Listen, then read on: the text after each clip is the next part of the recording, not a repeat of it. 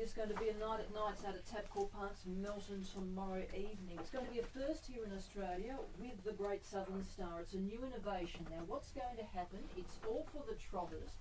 We will see heats run earlier on in the evening, and then on a points basis, the final will be put together, and we'll see that run on the same program. Yes, we'll have the heats and the final all on the same day.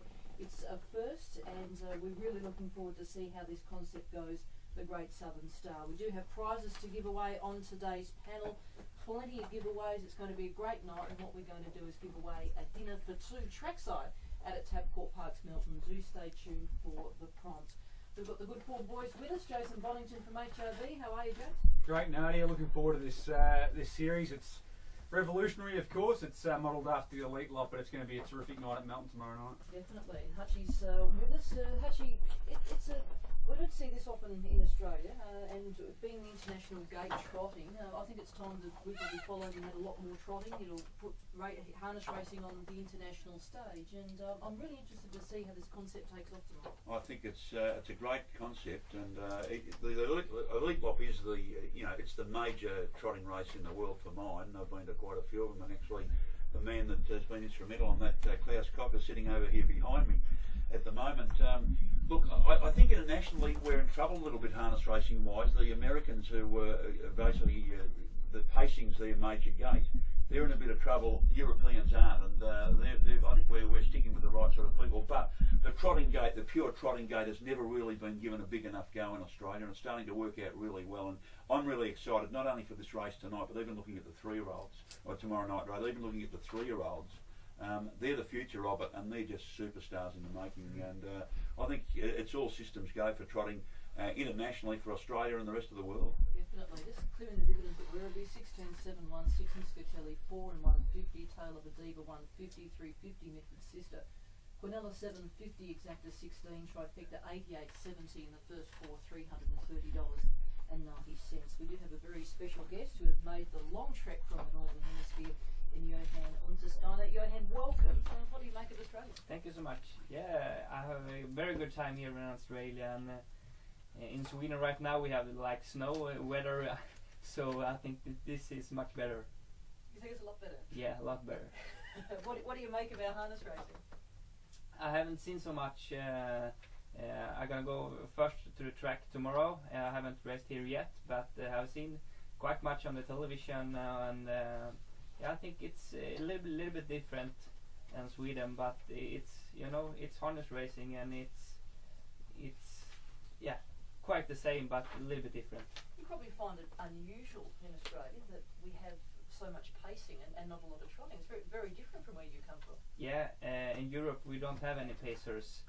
We only have trotters. So I haven't driven a pacer race ever. I have driven some paces in US in a little bit in training, but in Europe and Sweden we only have trotters, and I'm looking forward to tomorrow night and see all the trotters you have here, and compare it to how they are in Europe. You do have a drive tomorrow night in the invitation. That'll be a great thrill for you. Yeah, I'm looking forward to it. It's going to be really fun to try out it here. And it's got a little chance, Trevor's Puzzle. It's drawn 3 on the second line. Yeah, I thought. Do you have second? Do you have a second line in harness racing in Sweden? Yes, we have. We normally have 8 horses, the first line behind the gate, and then we have 4 and the second line, so we can have 12 horses normally behind the gate. And yet the Elite Lot, for instance, that was just one line of 8. Yes, one line. It's 8 horses in every heat, and 8 in the final. It's amazing the following that Trots has in particular in Sweden. It's funny because my cousin, he married a Swedish girl, and they live in Sweden, and she obviously knows I work in racing, and she said, oh no, we don't have race, we have the harness race. Yeah. I said, oh yeah, okay, and no one knew all about the harness race. It was quite a nice, quite a moment. Well, that is the major gate, isn't it? It's the major... Absolutely, it's very much on television too. We have the football and the ice hockey. And it's nearly a national sport, isn't it? Yeah, and then we have the harness racing on television. It's very much on the biggest channels. We have live television every week, and it's very big in Sweden. You're one of the up-and-coming young drivers in Sweden. You're 28. How many winners have you driven overall? I think I have about 400 victories, and I drive 3,000 races. So It goes all right then, doesn't it? Yeah, okay. Party. Should have himself. And some of the better horses that you've had something to do with in recent years? yeah, we have had a really good horse whose name was Gant Diablo, and we took her to US, and I got the opportunity to drive her there, and I won the race, and I think that was a great success for me. But when I come back after the finish, told me that I broken the totally world record, so that was quite big.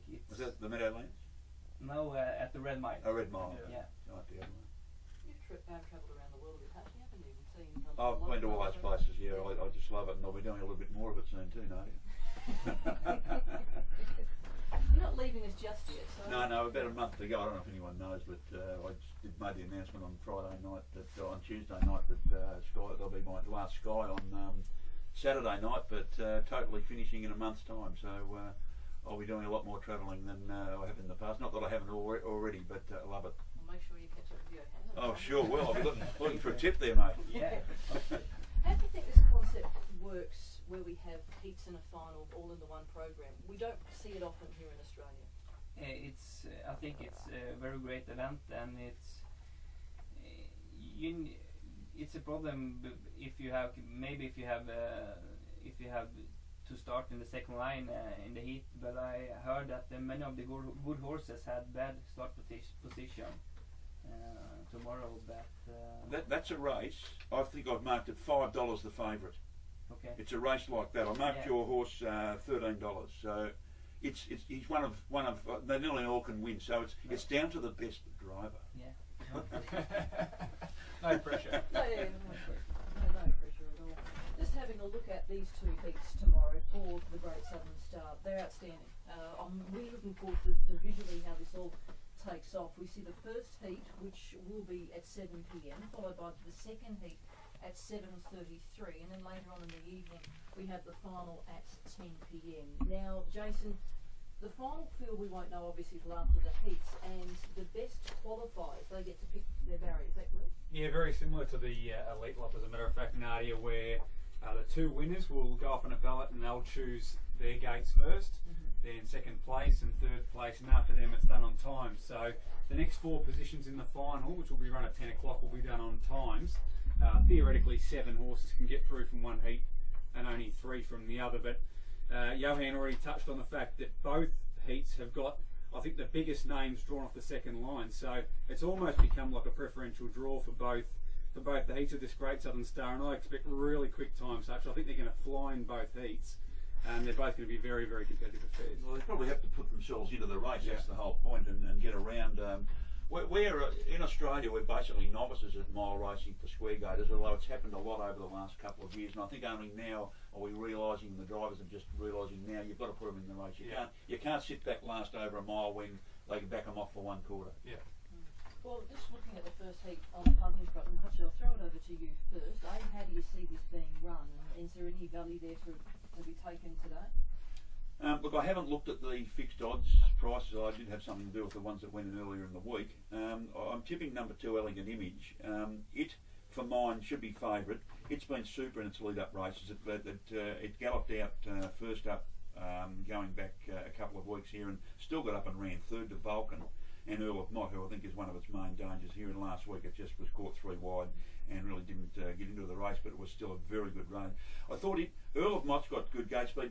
Jason, you proved last week with the race where I was wrong and you were right. Another one I'm talking about, a Pacers race. Yep.